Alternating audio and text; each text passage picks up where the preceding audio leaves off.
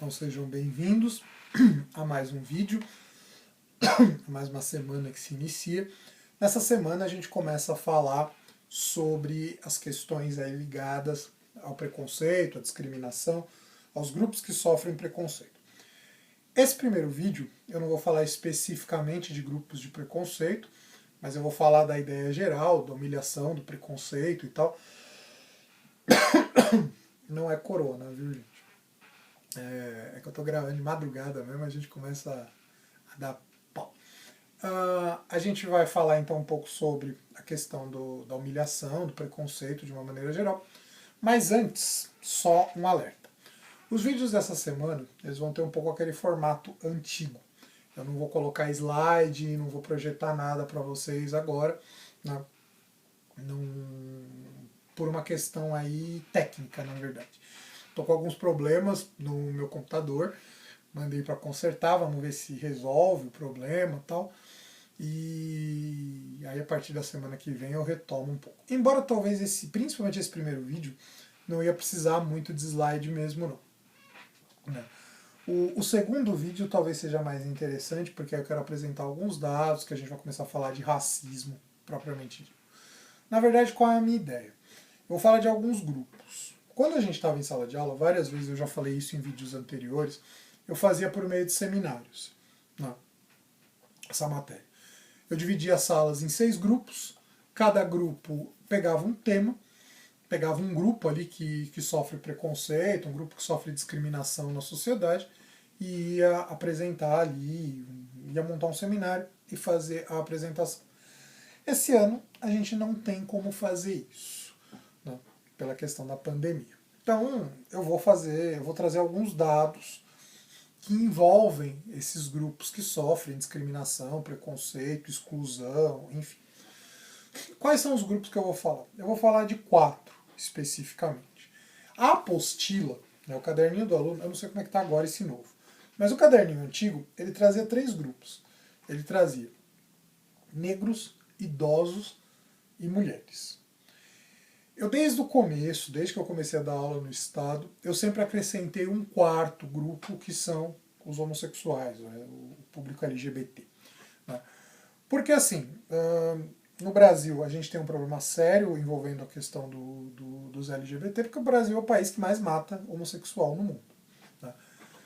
A gente se defendia, e isso eu já falava isso 10 anos atrás, quando eu comecei a dar aula no estado. Então, para a gente perceber como o problema é complicado, num país que se defende como liberal, que se defendia, né? Porque hoje em dia a gente nem faz mais de conta que a gente é liberal, a gente é conservador ao extremo. Mas, enfim, quando eu fazia seminário, eu acabava colocando mais alguns grupos, para dar 6 grupos. Né? Eu colocava os nordestinos e os estrangeiros. Não vou falar desses grupos, não, por uma questão de tempo. A gente até poderia falar, mas não vou falar por uma questão de tempo. Mas vamos lá, vamos partir para o assunto propriamente desse vídeo, que é a questão da humilhação. O que a gente tem que entender? Né? Na nossa sociedade, acho que no Brasil isso é muito presente, existem diversas estruturas que trazem a humilhação. Né? Que elas trazem a humilhação, fazem com que a gente se sinta menos humano do que outros grupos. Principalmente os grupos que são desprivilegiados economicamente. A gente passa por situações de humilhação. Né?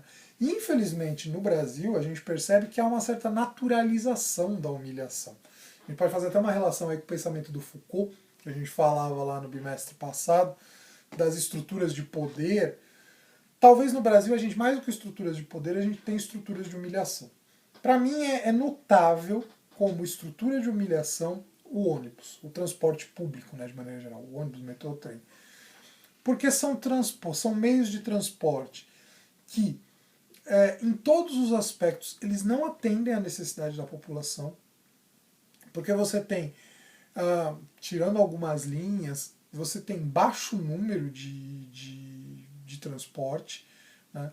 Você pega o metrô, por exemplo, aqui de São Paulo, você tem uma linha, uma malha de metrô, uma malha metroviária, né, as linhas de metrô, elas são para bairros privilegiados, se você pensa. Aliás, o metrô vai chegando nos bairros né, quando você vê a expansão do metrô, ele vai trazendo um aumento na especulação imobiliária, os imóveis vão ficando mais caros. O que deveria ser o contrário. O metrô deveria chegar na periferia para ajudar as pessoas da periferia a se locomoverem para o resto da cidade, principalmente para o centro, que é onde geralmente as pessoas trabalham. Mas não. O metrô, conforme ele vai chegando na periferia, vai acontecendo um processo contrário.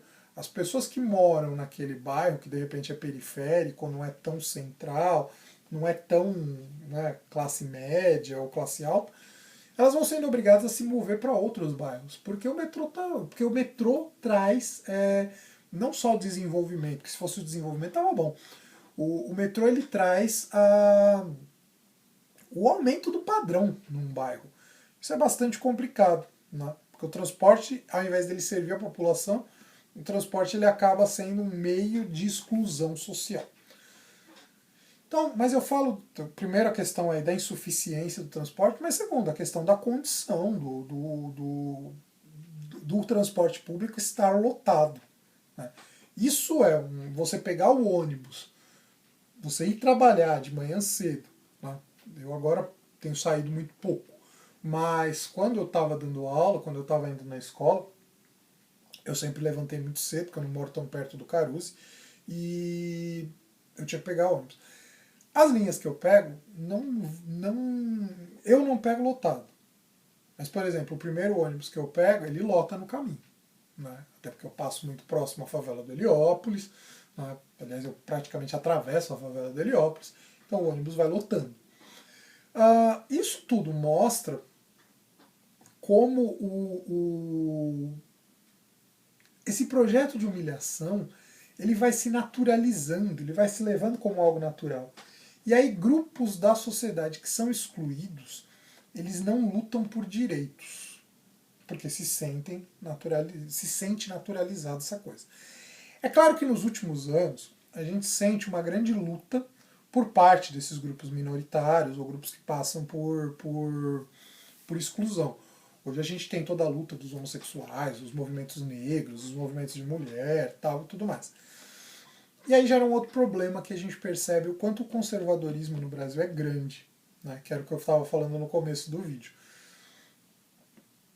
As lutas hoje, né, das mulheres, dos negros, dos homossexuais, enfim, são todas vistas como o famoso, esse termo que é horrível, mimimi. Né? Você pega lutas de grupos que são historicamente excluídos na sociedade brasileira. Né?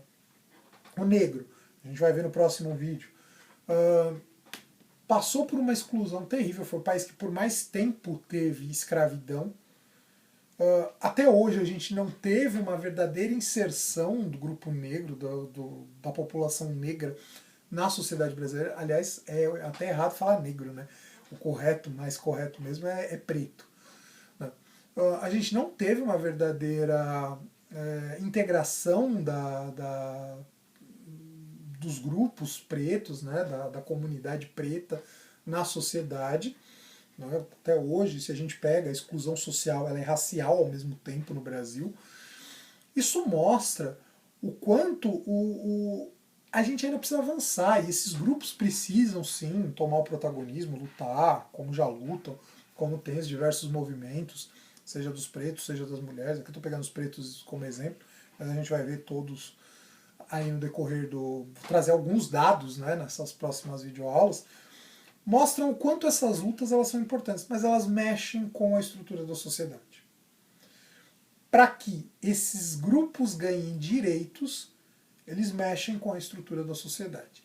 E de uma sociedade, como eu disse, é conservadora, é hipócrita. A gente se defende como plural, mas a gente não é plural. A gente é uma sociedade extremamente conservadora.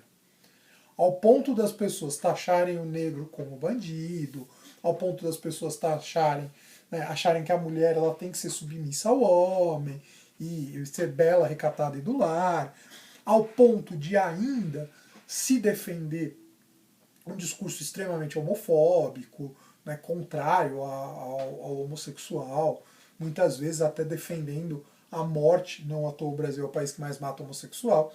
ao mesmo tempo que é um país que se diz cristão, né? Infelizmente esse cristianismo é entendido da pior forma, que é o cristianismo moralista, não é o cristianismo solidário, né? E isso tudo você vê a exclusão. Esses grupos têm que ser calados, têm que ser silenciados, têm que se silenciar. E muitas pessoas dessas, muitas vezes se silenciam realmente, né? Elas acham que é assim, né? Tem que ser assim, a sociedade é assim, vai ser assim e não vai mudar.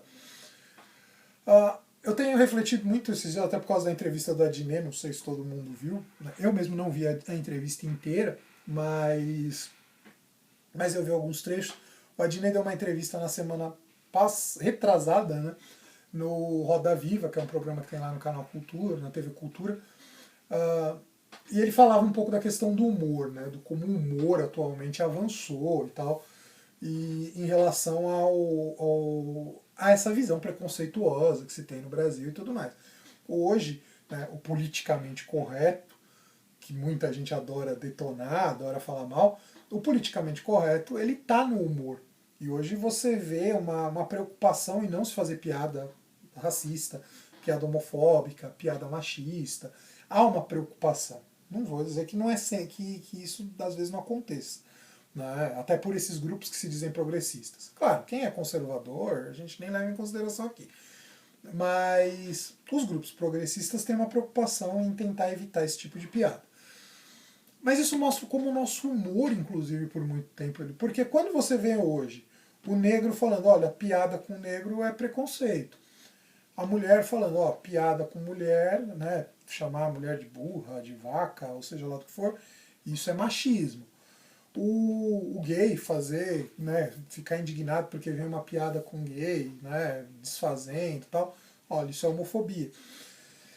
E parte da sociedade não aceitar essa crítica, porque se aquele grupo que está sendo ofendido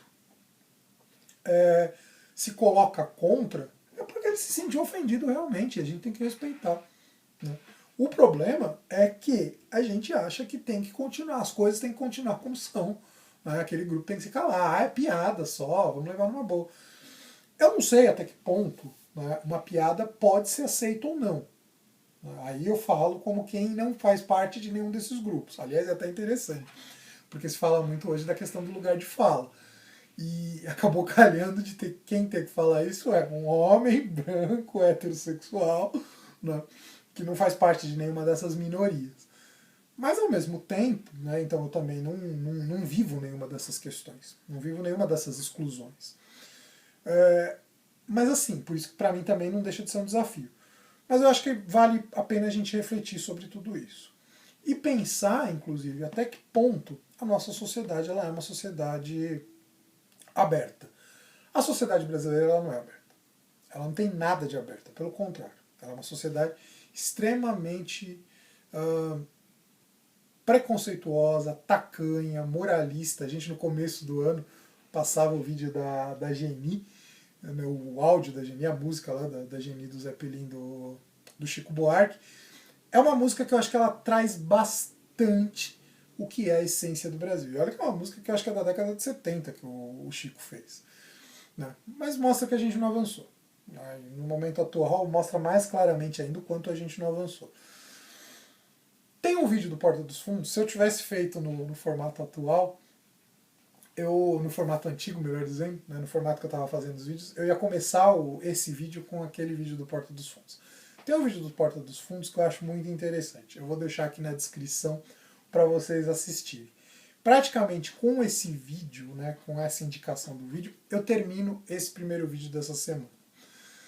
O próximo vídeo a gente vai falar especificamente sobre o racismo. Então eu vou trazer alguns dados sobre a questão do racismo no Brasil, o racismo contra os negros, para ajudar na nossa reflexão, para a gente entender um pouco como isso é presente, é forte, e o quanto a raça preta, né, a raça negra, enfim, né, essa população, essa camada da população brasileira, ela sofre com a exclusão social no Brasil. Com isso, então, eu encerro esse primeiro vídeo.